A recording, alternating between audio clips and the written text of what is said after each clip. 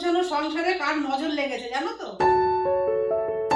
চলো, আমার এই ভোলা ভালার ছেলে নোংরা করেছে, এখন আমাকে এগুলো পয়সা করতে কিছু হবে। দুজনে মা ছেলের জন্য কিছু কিনেছি। তা কি কিনেছি চলো তোমাদেরকে একটু দেখো।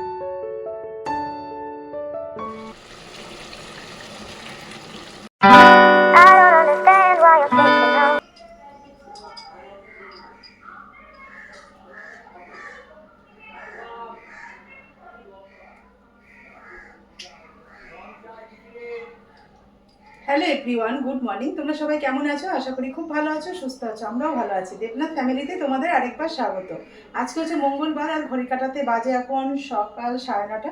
তো এখন থেকেই ব্লগটা শুরু করলাম তোমাদের সাথে নিয়ে, সঙ্গে নিয়ে। তো চলো, আজকে মঙ্গলবারে সারাটা দিন কি কি করব না করব সবটাই তোমাদের সাথে শেয়ার করতে থাকবো। তো ব্লগটা দেখতে থাকো, ছোটোর মধ্যে হলেও ভালো লাগবে তোমাদের। স্নান করা, পুজো দেওয়া সমস্ত কিছু হয়ে গেছে, তারপরেই তো আমাকে সমস্ত কিছু করতে হয় না, মানে একা হাতে। এই কদিন দেবনাথবাবু পুজো দিয়ে যাচ্ছিল, সকালবেলা কাজগুলো বেশ গুছিয়ে করতে পারছিলাম, কিন্তু এখন তো সেটা হবে না। এখন নিজেকেই সব কিছু ম্যানেজ করেই করতে হবে কাজকর্মগুলো। তা চলো, এখন অনেক কাজ রয়েছে, সেগুলো করে নিই। ভিজে চুল যে একটু ছেড়ে কাজ বসবো পাখার তলায়, সেটাও মানে আমার 2 মিনিট সময় পাই না জানো তো। ভিজে চুল এরকম ওপরে একদম টঙে তুলে রাখতে হবে, তারপরে আমাকে কাজ করতে হবে গরমের মধ্যে। আর যেরকম গরম পড়েছে যে একটুখানি ফ্যান চালিয়ে কিছুক্ষণ বসবো, বসে বসে কাজ করবো, কিন্তু হবে না। চুলটা আমাকে শুকানোও হয় না, আর চুলটা এরকম গোড়ার মধ্যে জল জমে জমে তখনই আমাদের চুলটা উঠতে থাকে। আর আমরা তখন এর দোষ দিই, ওই ক্রিমের দোষ দিই, ওই তেলের দোষ দিই, কিন্তু আমাদের নিজেদের দোষেই কিন্তু আমাদের হেয়ার ফলটা হয় জানো তো। এই যে দেখো ভিজে চুল এখনো কিন্তু শুকায়নি, এটা আবার তুলে রাখতে হবে, কিন্তু এখন কাজ করতে গেলে তো চুল ছেড়ে আমি বসে থাকতে পারবো না। সেই জন্য আমাকে টঙে তুলে রাখতে হয় চুলটা সবসময় এরকম খোপা করে। মানে এটাই হচ্ছে আমার সুবিধা, আর এটাই করলে আমি অনেক কাজও করতে পারি। ঘাড়ে চুল টুল পড়লে না কাজ একদম করতে ভালো লাগে না। তো চলো, বেশি কথা বলবো না, অনেক বক বক করে ফেলি। সারাদিন কথা বলার মতন কাউকে পাই না, তো যদি তোমাদেরকে পাই ব্যাস মনে হচ্ছে না সারাক্ষণ তোমাদের সাথে বক বক করতে থাকি। মানে কি যে ভালো লাগে তোমাদের কি বলবো, মানে মনটা আমার অনেকটা হালকা হয়ে যায়। সারাটা দিন মানে এই বন্ধ ঘরের মধ্যে একদম দম আটকে থাকে। যখন কাউকে পাই তখন আর তাকে ছাড়ার নাম করি না। সে হয়তো বিরক্ত হয়ে যায়, কিন্তু আমি বিরক্ত হই না কথা বলতে বলতে। তা চলো, অনেক কথা বলে ফেলছি, এবার কাজ করতে হবে। রান্নাকে সোমবার দিনকে যাদবপুরে গেছিলাম, তোমাদের বললাম ব্যাংকে কাজ আছে, আর কিছু দুজনে মা ছেলের জন্য কিছু কিনেছি। তা কি কিনেছি চলো তোমাদেরকে একটু দেখো। সেরকম কিছুই কিনিনি। বাবু গেছিল ওর বাবার সাথে জুতো কিনতে, তা আমি বললাম আমার একটা জুতো কিনে দাও দেবনাথ বাবু। তাই আমি একটা জুতো নিয়েছি। চলো কি কিরকম নিয়েছি তোমাদেরকে, এক কাজে গেলে দু কাজ হয়ে যায়। এই যে এরকম একটা সবসময় পরা, রাফ ইউজ করার জন্য, একটু বাজার টাজারে যাওয়া, একটুখানি বাইরে যাওয়া। এই জুতোগুলো বেশ ভালো বললো।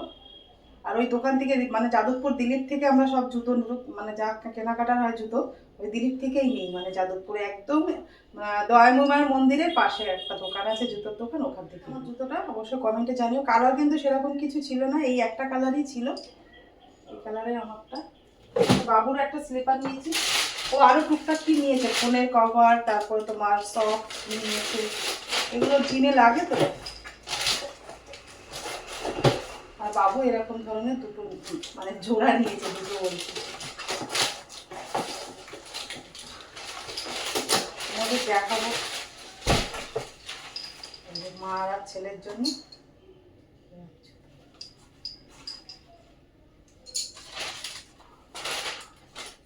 পায়ে দিয়ে তোমাদেরকে দেখাই কেমন লাগছে। আমার পাটা তো খুব একটা সুন্দর না লাগছে, জানিও পরার পরে। এবার ওই কাজে রাখি, তারপর রান্না বান্না করতে হবে। বেলা হয়ে যাচ্ছে, বাবু আসবে আবার, এক্ষুন চলে আসবে, ওর আবার টিফিন গুছাতে হবে, অনেক কাজ আছে। যে দুষ্টু একটা ছোট্ট ছেলে আছে, এই ছেলেটা কিন্তু শুয়ে শুয়েই কিন্তু সব কিছু কিন্তু ও তছনছ করে দেয় জানো তো, শুয়ে শুয়ে। আর কিছু কিন্তু ওকে করতে হয় না। যেরকম বাচ্চা কাচ্চারা হেঁটে চলে দুষ্টুমি করে, তো ও শুয়ে শুয়ে দুষ্টুমি করে। কি বলো তো, যেইখানে আমার গুছানো জামা কাপড় থাকবে, বিছনা থাকবে, বাসনপত্র থাকবে, সেইখানে পুরো হেয়ারে ভর্তি করে দেবে জানো তো, গা ঝাড়া মেরে। এই দেখো না, চুপ করে শুয়ে আছে, মনে কিচ্ছু জানে না, ভাজা মাছটা উল্টে খেতে জানে না। এই যে সারা বাসন শোকেসের মানে মাইক্রোওভেনের নিচে যে বাসনগুলো থাকে, মানে কাঁচের সেটগুলো আর কি থাকে, তোমার ডিনার সেট থাকে, তারপরে মাইক্রোওভেন যে সেটগুলো আছে মানে কন্টেনারগুলো, সেগুলো থাকে, তার ভেতরটা কি অবস্থা হয়েছে তোমাদেরকে দেখায়। সেদিনকে সমস্ত জিনিস নামিয়ে কিন্তু আমি সব পরিষ্কার করে গুছিয়ে রেখেছি, আবার কি অবস্থা হয়েছে তোমাদেরকে দেখাচ্ছি, দাঁড়াও। এই যে এই দুষ্টু ছেলেটা এরকম করে জানো, এর জন্য না আমার খাটনিটা ডবল হয়ে গেছে। কোন ছেলে মেয়ে বলো তো মা বাবাকে এত কষ্ট দেয়, ও আমাদের দেয়। দাদা আসলে শুরু হয়ে যাবে উৎপাত শুরু হয়ে যাবে, উৎপাতে দাদা পেছন পেছন ঘুরতে থাকে। দাদা কখন কি ঘরে এসিটা চালাবে, ও একটু শুনে শোবে। দেখো মিচকে বদমাস কিরকম। উকুশ, আরে ঘুমা, ডিস্টার্ব করবো না ওকে। ঘুমালে ডিস্টার্ব করলে রেগে যায় জানো তো, করতে থাকে। ঠিক আছে, আমি আমার কাজ করে নিই, চল।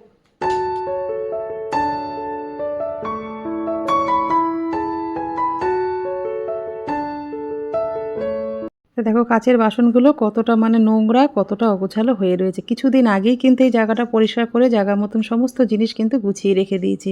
একটার পর একটা জিনিস নেওয়া হয় তো, তারপরে দেখো এমনি তো জিনিসপত্র অগোছালো হয়ে আছেই, তার মধ্যে দেখো নোংরাটা কীরকম হয়েছে। নোংরা মানে ভেতরটা কিন্তু আটকাই থাকে, সবই কিন্তু স্যামের হেয়ার। তোমরা দেখেই বুঝতে পারছো কতটা বাসন যত সরাচ্ছি তত স্যামের হেয়ার বেরোচ্ছে মুঠো মুঠো। আর ময়লা তো কিছুই দেখছি না, শুধু স্যামের হেয়ারটাই জমেছে বাসনের মধ্যে। উপর থেকে নিচ পর্যন্ত শুধু হেয়ারে ভরে গেছে জানো তো। যত বাসন সরাচ্ছি ততই ময়লা বেরোচ্ছে। তো এইগুলো এখন সব নামিয়ে আমাকে কিন্তু পরিষ্কার করতে হবে, তাহলে অনেকটা সময় লাগবে। মানে কি করব বলো তো, এই কাজগুলো তো মানে দুদিন পর পরই করতে হয়, তাও আবার এত নোংরা জমে যায় ভেতরটা এত বাসনের মধ্যে। ইচ্ছা করছে কি জানো তো, কাছের বাসনগুলো বেসিনে নিয়ে দাঁড়িয়ে একদম ভালো করে মেজে ঘষে তারপরে গুছিয়ে রাখি, কিন্তু কোনো লাভই হবে না। দুদিন পরে কিন্তু আবার নোংরা হবে। কোথায় আবার জলের মধ্যে গিয়ে ধুতে গিয়ে আবার কটা বাসন ভেঙে দেবো তার কোনো ঠিক নেই। ওই জন্য আমি জলে কিছু ধুই না বাসন, একবারে মুছে টুছেই ভালো করে গুছিয়ে রাখবো। তা ছেলে নোংরা করেছে, মাকেই তো এর গুণগান দিতে হবে। ছেলের ক্ষতি করলে মা বাবাই দিতে হবে। আমার ছেলে নষ্ট করেছে, নোংরা করেছে, এর দায় তো মাকেই দিতে হবে। তা চলো, এই যে দুষ্টু ছেলেটা, এই যে দুষ্টু কি করেছে, হ্যাঁ এত নোংরা করেছো কেন? হ্যাঁ এখন মাকে পয়সা করতে হবে গরমের মধ্যে, স্নান টান করে উঠে। তুমি এত দুষ্টু করো কেন? হ্যাঁ তুমি নোংরা করে তুমি পয়সা করতে পারো না, কি করেছো এগুলো? কি করেছো? কথা বলো, তাকাও এদিকে তাকাও। কি নোংরা করেছো এগুলো? কি করবে মা, একা পয়সা করবে রান্না বান্না বাদ দিয়ে? দেখো কিরম করে তাকাচ্ছে, দেখো মিট মিট করেই, দেখো কিরম বদমাস দেখাচ্ছ। চলো, আমার এই ভোলা ভালার ছেলে নোংরা করেছে, এখন আমাকে এগুলো পয়সা করতে হবে। ও ঘুমাচ্ছে, এখন ওকে ডিস্টার্ব করা যাবে না। চলে এসেছি আমার কাজ করতে, এই কাজগুলো সেরে নিয়ে আবার রান্নাঘরের কাজে যেতে হবে আমাকে। তা কখন যে কাজগুলো শেষ করব জানি না। সকালবেলা করতে পারলে তো ভালো হয়, কিন্তু সকালবেলা সময় হয় না, সংসারে তো আরও বাকি কাজকর্ম থাকে। সেগুলো সেরে নিয়ে তারপর এবার পুজো দেওয়া সমস্ত কিছু করতে হয় একা হাতে। ওই জন্য সকালবেলা সব কিছু করা সম্ভব হয় না। বিকালবেলা যে করব কাজ, কিন্তু সারাদিন খাটাখাটনি করার পরে না বিকালবেলা আর ইচ্ছা করে না, মনে একটু শুয়ে বসে টিভি দেখে একটু সময়টা কাটাতে পারলে ভালো হয়। কিন্তু বিকালবেলাও যদি এক ঝুড়ি ঝুড়ি কাজ নিয়ে বসি তাহলে সারাদিন কিন্তু আমার কাজ করে করেই দিনটা কাটবে। তাই জন্য বিকালে আর কোনো কাজ করতে আমার একদম ভালো লাগে না, যা করি ওই সকালবেলা। আমার দুপুরে ঘুমানো খুব একটা অভ্যাস নেই, দুপুরবেলা পর্যন্ত যতটা কাজ করতে পারি সংসারে ততটুকুই কাজ করে আমি গুছিয়ে রাখার চেষ্টা করি।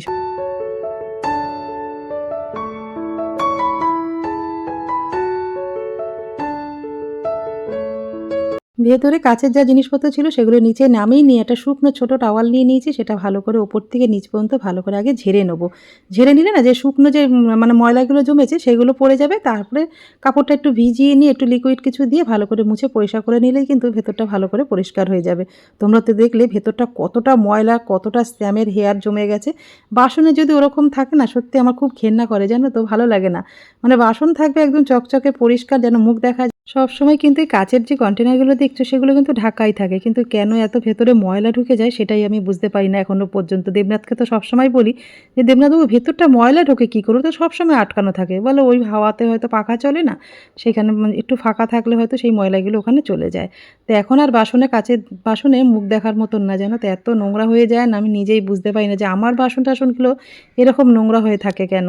কিন্তু কি করবো বলো তো, বাড়িতে একটা ছোট্ট বাচ্চা পশু থাকলে তার ওটা নোংরা হবে আর একটু খাটাখাটনিটাও বেশি হবে। এই জন্যই তো ভগবান মায়ের স্থানটা সবার উপরে রেখেছে, কেন মায়ের মতন ধৈর্য, ক্ষমতা, শক্তি কারোর মধ্যেই দেয়নি, বাবার মধ্যেও দেয়নি জানো তো। তা কি করব, সন্তানকে নিয়ে ভালো আছি, সুখে আছি, কিন্তু একটু খাটাখাটনিটা বেশি হচ্ছে আর কি। দুটো ছেলেই একদম মানে স্যাম শুধু না নোংরা করে, আমার বড় ছেলেটাও কিন্তু একই রকম নোংরা করে। আমি ভাবলাম ছোট বাচ্চারাও হয়তো নোংরা করে, কিন্তু না, আমার বড় ছেলেও কিন্তু কম না। যেখানে যেটা নেবে তো সেখানে সেটা একদমই রাখবে না, সেটাও অন্য জায়গায় রাখবে। সেই কাজটা করতে গেলে আমার অন্তত 5 থেকে 7 মিনিট সময় লেগে যায়। সমস্ত বাসন ভেতরে গুছিয়ে রেখে বাইরেটা ভালো করে মুছে পরিষ্কার করে নিয়েছি। তা চলো তোমাদেরকে দেখাই গোছানোর পরে কেমন লাগছে জায়গাটা দেখতে।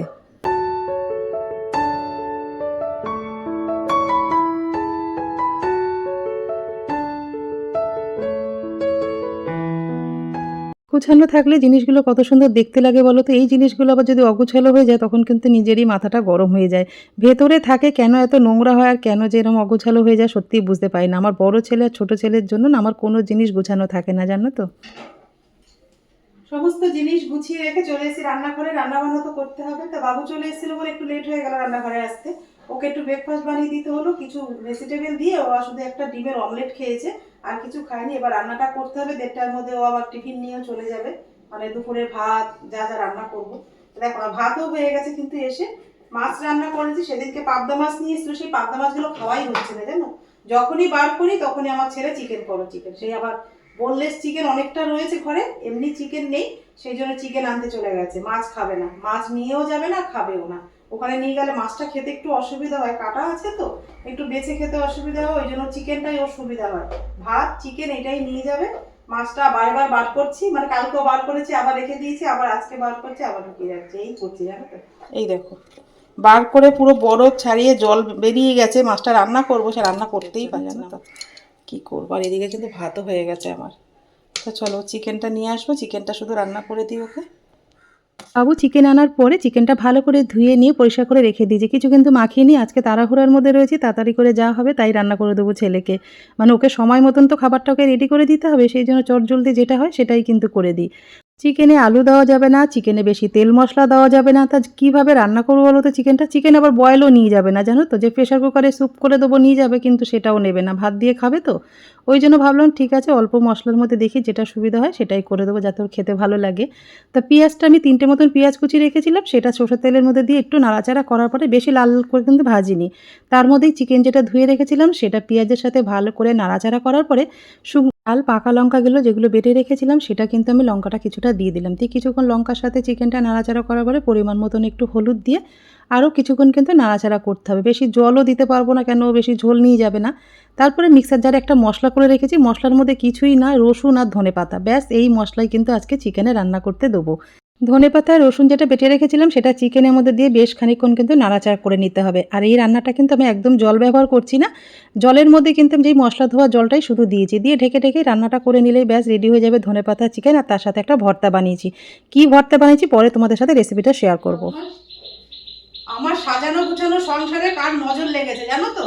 তা কার আর নজর লাগবে, বাইরের থেকে তো কেউ নজর দিতে আসে না। এই যে আমার 2 ছেলে নজর লেগেছে, যখনই আমি যেই জিনিস গুছাই সেই জিনিসেই কিন্তু এরা নোংরা করে দুজনে, জানো তো। ছোট বাচ্চা থাকলে কিন্তু কেউ নোংরা করে না, সাজানো গুছানো থাকে, কিন্তু এরা দুজন বড় হয়েও আমার যা খাটনি বাড়িয়ে দেয় না কাজে, তোমাদের কি বলবো। সকালে তো ওই কাজ করালো, এখন বড়টা এসে তাড়াহুড়া করে রান্না করে, দেখো কি রান্নাঘরের কি অবস্থা।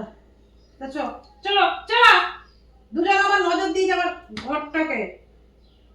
এবং স্যামকে খাওয়া, বাবা দেরি হবে, ওর খিদে পেয়ে গেছে, সেই সকাল দিয়ে পরে পরে ঘুমাচ্ছে। বাড়ি থেকে হেলমেট পরেছে, গরম লাগছে না তোর হেলমেটটা পরে? একটা কুড়ি। এই যে রান্না করে একদম ছেলের টিফিন কিন্তু গুছিয়ে দিয়েছি। আমার রান্নাঘরের অবস্থা দেখো। হুম